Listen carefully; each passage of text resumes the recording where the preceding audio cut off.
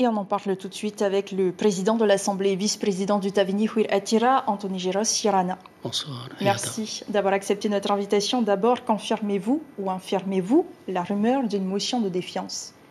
Alors, avant de répondre, je voudrais apporter tout mon soutien à Père Bruno et toute son équipe, et en espérant qu'il puisse revenir très tôt au Fénouan. Il n'y a pas de motion de défiance en cours, absolument pas. Il y a seulement des positionnements qui sont assez rigides de part et d'autre. Mais il ne faut pas oublier qu'il y a un seul parti. L'équipe qui est actuellement majoritaire à l'Assemblée est issue d'un seul parti. Et de cette équipe a été élu le président Moïtei.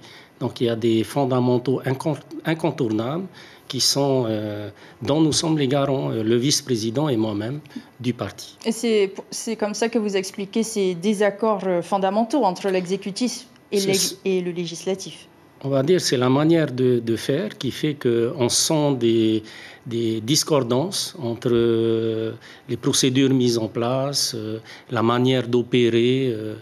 Voilà, mais on est fondamentalement unis pour faire parvenir ce pays à sa souveraineté. Alors si vous dites que vous êtes fondamentalement unis, ça ne se voit pas en tout cas sur la place publique, ces discordances sont affichées. Est-ce que ce n'est pas justement l'unité du parti qu'il faut faire comprendre, en tout cas qu'il faut laisser transparaître devant la population? Voilà, en fait le problème c'est de savoir où se trouve l'unité du parti. Parce il y en a pas. Il est dans le parti, et le parti c'est le Tavini Huir Attira. Donc je suis vice-président du Tavini Huir Attira, j'ai un président, nous sommes les garants du respect des objectifs et des fondamentaux prônés par le parti, et toute personne qui tendrait à minimiser ou diverger de la démarche du parti devrait s'expliquer devant nous. Vous parlez de Moïtei Broderson dans sa manière de Je ne parle pas uniquement de Moïtei Broderson, je parle de ce courant juvénile qui anime la majorité, qui ont une autre manière de voir les choses, etc. Ça ne vous convient pas? C'est pas que ça ne me convient pas, mais il y a une ligne de conduite qui est en marche et ils doivent normalement suivre cette ligne. C'est pas à la ligne de se tordre pour suivre les discordances qu'ils affichent. Est-ce que justement c'est parce que vous avez souhaité, lorsque vous avez accepté ces nouveaux représentants, ces représentants juvéniles comme vous les appelez, sur la liste du Tavini Huir Attira lorsque vous vous êtes présenté pour les élections territoriales? Non, absolument pas. Ce sont des personnes qui sont issues de chacune des sections où ils ont été élus, où ces personnes ont été élues, et puis voilà, on est arrivé aux affaires du pays. Merci Anthony Géros pour ces premières réponses. Nous allons maintenant faire le bilan de votre déplacement à l'ONU. Mais avant, je vous propose d'écouter cette déclaration de Moïtei Broderson recueillie après sa rencontre avec le représentant permanent de la France à New York. Il ne faut pas confondre, je dirais, consensualité et manque de détermination. Voilà. Je suis quelqu'un de très déterminé. Chez nous, au Raromatei, on dit oh no, no. Voilà. Et donc, j'ai un but. Ce but, il est bien précis, il ne varie pas d'un iota dans ma tête.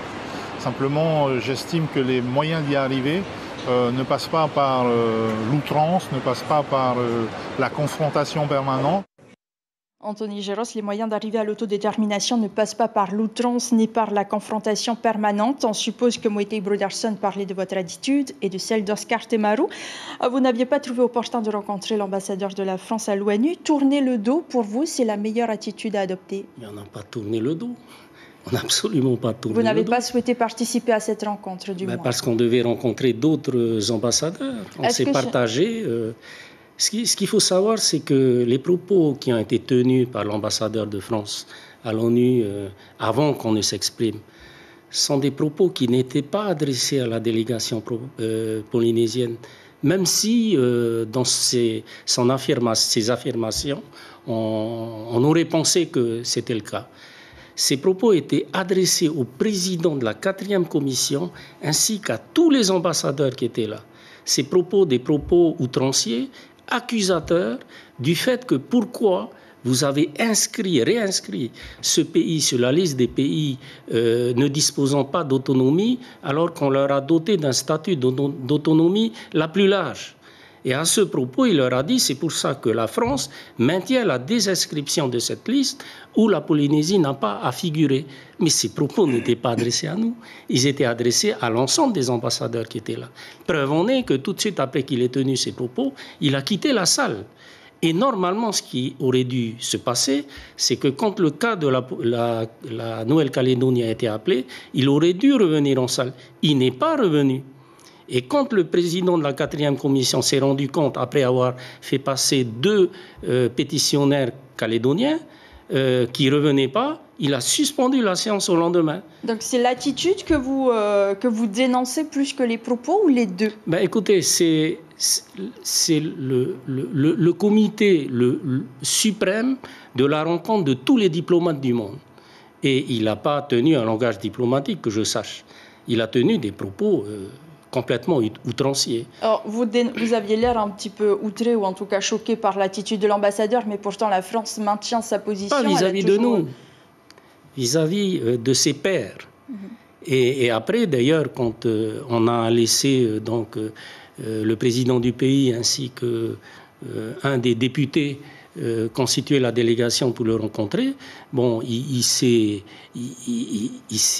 exprimé devant nos représentants en leur disant, bon, maintenant, le dialogue doit être mis en œuvre, mais sachez que nous, on ne va pas lâcher du mot.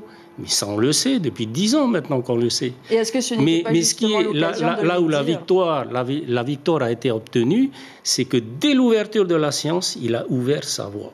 Ça fait 10 ans qu'on attend. Peu importe les propos qu'il ait tenus. Donc c'est un pas que vous saluez malgré tout. Ah, c'est une victoire. On a attendu pendant 10 ans et au bout de 10 ans, enfin, il s'exprime. Et Moetai Broderson est donc allé à sa rencontre. Vous n'avez pas souhaité donc participer parce que vous aviez d'autres rencontres de prévues. On a eu trois ambassadeurs le même jour. Donc, et est-ce que ce n'était pas justement l'occasion pour vous de dire à l'ambassadeur de la France ce que vous souhaitez lui dire? On a besoin de faire du lobbying. On sait que la France ne sera jamais de notre côté. Par contre, les ambassadeurs qu'on a été voir seront des futurs soutiens du cas de la Polynésie. Donc, on veut gagner dans cette bataille que nous menons. Donc, c'est vers ces gens-là qu'on doit se diriger et non pas vers ceux qui ont affirmé ouvertement depuis plusieurs années qu'ils ne vont pas accepter que le processus de décolonisation soit mis en place. Et Moetai Broderson, aujourd'hui, préfère tout de même privilégier le dialogue. C'est quelque chose que vous ne souhaitez pas. Comment vous... Non, on veut ouvrir le dialogue. On veut ouvrir le dialogue. D'ailleurs, ce que j'ai fait à l'Assemblée, c'est de lancer l'idée de la création d'un comité de décolonisation qui va donc construire les éléments de langage pour permettre l'ouverture de la discussion sur la décolonisation lorsque le calendrier onusien va s'ouvrir. La première étape du calendrier onusien va se tenir normalement au mois d'avril, lorsque le C24 va se réunir la première fois, et ensuite au mois de juin. Mais pour se présenter dans cette espèce d'arbitrage du dialogue, il faut avoir des éléments de langage.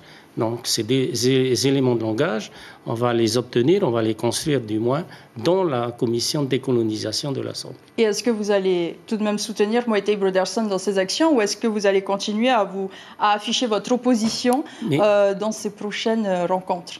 Je pense qu'à partir du moment où la feuille de route va être écrite et qu'on va la lui remettre, il va être obligé de s'y conformer. Donc, ça m'étonnerait qu'il aille avec une feuille de route dire autre chose que ce qui est marqué. Pour l'instant, ça a l'air d'être en tout cas chacun de son côté. Il n'y a pas de feuille de route pour l'instant. Il n'y a pas de feuille de route pour l'instant. Il y a juste une manière de procéder. Mais là, on va revenir aux fondamentaux puisque c'est le calendrier onusien qui va être déroulé et vous verrez que les choses vont bien se passer. Vont évoluer dans le bon sens. Oui. Merci beaucoup, Anthony Géros, d'avoir répondu à nos questions ce soir. Et sachez que les élus ultramarins, présidents des exécutifs, des assemblées ou encore parlementaires seront reçus par Emmanuel Macron le 20 octobre prochain à l'Élysée.